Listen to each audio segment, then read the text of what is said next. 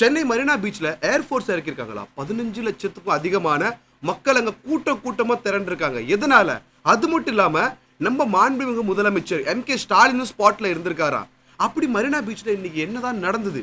இதான் நம்ம டீடைலா இந்த வீடியோக்குள்ள பார்க்க போறோம். நான் உங்க தேவ் டேனியல். வாங்க வீடியோக்குள்ள போலாம். அது எதனாலன்னு பார்த்துக்கிட்டீங்கன்னா, நம்ம இந்திய ஏர்ஃபோர்ஸ் வான்படை ஆரம்பிச்சு இன்னையோட நம்ம 92 வருஷத்தை கம்ப்ளீட் பண்றோம்.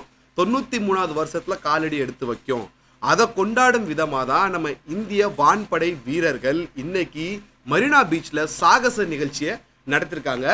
இந்த நிகழ்ச்சியை கண்டுகளிக்க தான் நம்ம விடியல் அரசோடைய முதலமைச்சர் மு.க. ஸ்டாலின் நேரடியாக போயிருக்காரு. அது மட்டும் இல்லாம கவர்னர் R.N. ரவி, இது தவிர நம்ம அனில் சௌரவ் அவரும் கலந்துகிட்டாரு. குறிப்பா மத்திய உள்துறை பாதுகாப்பு அமைச்சர் ராஜ்நாத் சிங் அவரு சீஃப் கெஸ்டா கலந்துகிட்டாருங்க.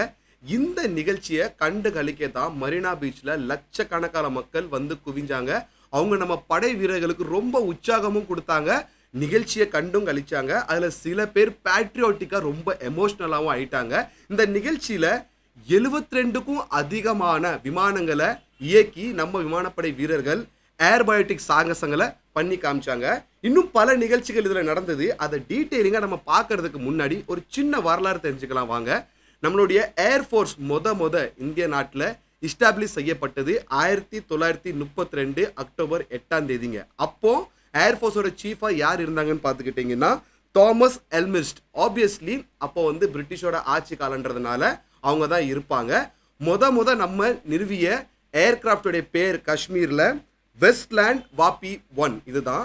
ஸோ என்னதான் இருந்தாலும் இந்த இனிஷியலாக ஆரம்பிக்கப்பட்ட கிரெடிட் எல்லாமே பிரிட்டிஷ் கவர்மெண்ட்டுக்கு தான் போகும். அவங்க பண்ணதுனால இப்போ அவங்கள்ட்ட இருந்து நம்ம சுதந்திரம் வாங்கினதுக்கு அப்புறம் தற்காலிக நிலவரப்படி இந்தியன் ஏர்ஃபோர்ஸ் தான் உலகத்திலே 4வது பெரிய ஏர்ஃபோர்ஸுங்க.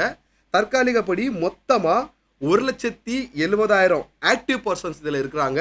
1,40,000 ரிசர்வ் பர்சன்ஸ் இதில் இருக்கிறாங்க. மொத்தமாக நம்மள்கிட்ட 630 வகையான ஏர்கிராஃப்ட்ஸ் இருக்குங்க. அதில் சில உங்களுக்காக ரஃபேல், Su-30 Mk1, LCA தேஜஸ், அப்புறம் மிராஜ் 2000 போன்ற பல ஏர்கிராஃப்ட்ஸ் இருக்கு.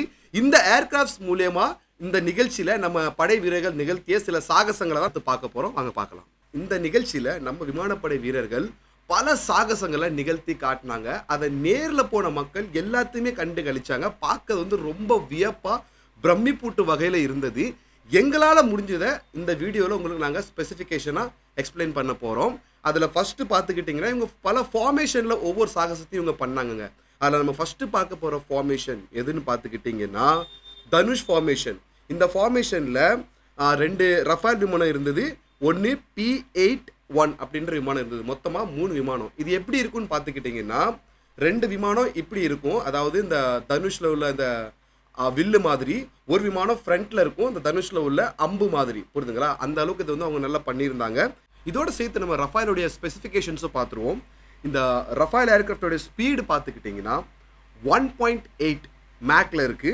ரேஞ்ச் பார்த்துக்கிட்டிங்கன்னா 3700 கிலோமீட்டராக இருக்குது. இதனுடைய பர்பஸ் பார்த்துக்கிட்டிங்கன்னா ஏர் டு ஏர் அட்டாக்கும் இது யூஸ் ஆகுது, ஏர் டு கிரவுண்ட் அட்டாக்கும் யூஸ் ஆகுது. ரொம்ப யூனிக்கான பர்ஃபார்மன்ஸ் என்னவா இருக்க போகுதுன்னா, எதிரிகிட்ட நியூக்ளியர் வெப்பன்ஸ் இருந்தால் அதையுமே டிடெக்ட் பண்ணுற திறன் இதுகிட்ட இருக்குங்க. சரி, அடுத்து பார்க்க போகிற ஃபார்மேஷன் வந்து நீலகிரி அமைப்பு. இதில் வந்து 3 ஜாகுவார் ஏர்கிராஃப்டை வந்து யூஸ் பண்ணிருக்காங்க. ஜாகுவாரோட ஸ்பெசிஃபிகேஷன் நம்ம பார்த்துடலாம்.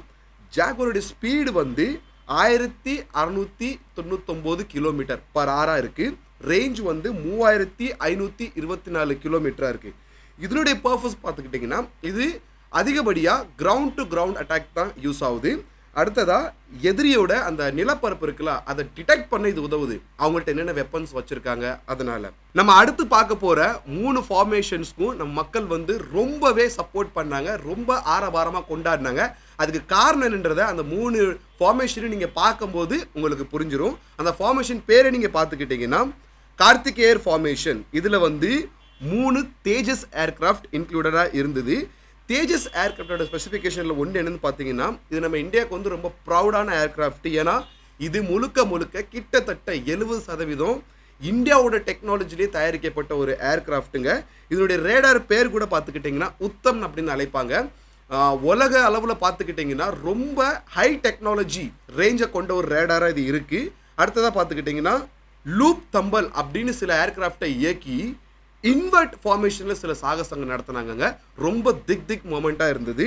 அடுத்ததான் நம்ம பார்க்க போகிறது வந்து மகாபலி ஃபார்மேஷன். இந்த சாகசத்தை நடத்துகிற டீம் வந்து சூரியகிரண் ஏரோபயோட்டிக் டீம். இதில் லீட் பண்ண கேப்டன் யாருன்னு பார்த்துக்கிட்டிங்கன்னா விமல். யூஸ் பண்ண ஏரோப்ளைன் வந்து C-17. Wing commander Akshay Saxena. அதே மாதிரி குரூப் கேப்டன் யாருன்னு பார்த்துக்கிட்டிங்கன்னா குருப்ரீத் சிங். இந்த விமானத்தை இயக்கியவர் வந்து தமிழர். அவருடைய பேர் வந்து தசரதிங்க. இந்த ஃபார்மேஷனை அவங்க எப்படி ரீப்ரசன்ட் பண்ணுறாங்கன்னா ஃப்ரண்ட் மோஸ்ட்ல வந்து ஒரு பிளேன் இருக்கும், அது சூரியனை குறிக்கிற மாதிரி. அதே மாதிரி 6 பிளேன்ஸ் வந்து வேர்ட்டிக்கலாக இருக்கும். இங்கே 3 வேர்ட்டிக்கலாக இருக்கும். சென்டரில் வந்து ஹாரிசான்டலாக 3 பிளேன் இருக்கும். இந்த 3லேயுமே இந்தியாவுடைய அந்த ட்ரை கலர் வருங்க, ஆரஞ்ச், கிரீன், ப்ளூ. இதுதான் அவங்க வந்து இதுக்கு வந்து சூரியகிரண் ஃபார்மேஷன் அப்படின்னு பேர் கொடுத்துருக்காங்க. கடைசியாக நம்ம பார்க்க போகிற ஃபார்மேஷன் வந்து நட்ராஜ் ஃபார்மேஷன். இதில் IL-78 மற்றும் M-2000 இந்த 2 விமானமும் யூஸ் பண்ணப்பட்டிருக்குங்க.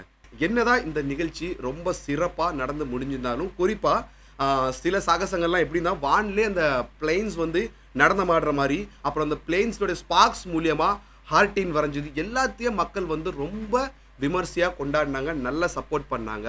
ஆனாலும் ஒரு சில இடங்களில் சில குறிப்பிட்ட சமயத்தில் குறிப்பாக மெரினாவில் வந்து மொபைல் நெட்வொர்க் வந்து ஹேங் ஆகிருக்கு. நிறைய மெட்ரோ ஸ்டேஷனில், ரயில்வே ஸ்டேஷனில் கூட்டத்தில் வந்து ரொம்ப தள்ளுமுள்ள ஆயிருக்கு. எதுக்குன்னா ஆப்வியஸ்லி இப்படி ஒரு விஷயம் நடக்கு, நாட்டுப்பற்றுள்ள ஒவ்வொரு தமிழனுமே அந்த நிகழ்ச்சியை வந்து பார்க்கறதுக்கு அலமோதிக்கிட்டு இருப்பான். அதனால இந்த மாதிரி சில ப்ராப்ளம்ஸ் வந்திருக்கலாம், பிரச்சனை இல்லை. ஏன்னா ஒரு நடிகையை பார்க்கறதுக்கோ ஒரு ஆக்டரை பார்க்கறதுக்கோ நம்ம முட்டி மோதலையே, நாட்டுப்பட்டுக்கான நிகழ்ச்சியை பார்க்கறதுக்கு தான் நம்ம முட்டி மோதிருக்கோம். சென்னை மெரினா கடற்கரையில் விமான கண்காட்சியை காண சென்ற 3 பேர் உயிரிழந்துள்ளனர். அவர்களில் குறைந்தபட்சம் ஒருவருக்கு ஹீட் ஸ்ட்ரோக் இருப்பதாக மருத்துவர்கள் தெரிவித்தனர். என்னதான் தமிழ்நாடு அரசாங்கத்துக்கும் மத்திய அரசாங்கத்துக்கும் அரசியல் ரீதியான சில கருத்து வேறுபாடுகள் இருந்தாலும் நம்ம தமிழ்நாட்டு மக்கள் அதை எதையுமே பொருள்படுத்தாம இது ஒரு இந்திய தேசத்துக்கான பாதுகாப்பு சம்பந்தமான ஏர்ஃபோர்ஸ் நிகழ்ச்சி அப்படின்னு ரொம்ப இதுக்கு இம்பார்ட்டன்ட் கொடுத்ததுலே தெரியுது. ஒரு தமிழனா ஒரு இந்தியனா நம்ம தமிழ்நாட்டு மக்கள் இதுக்கு எவ்வளோ சப்போர்ட் கொடுத்துருக்காங்க அப்படின்னு.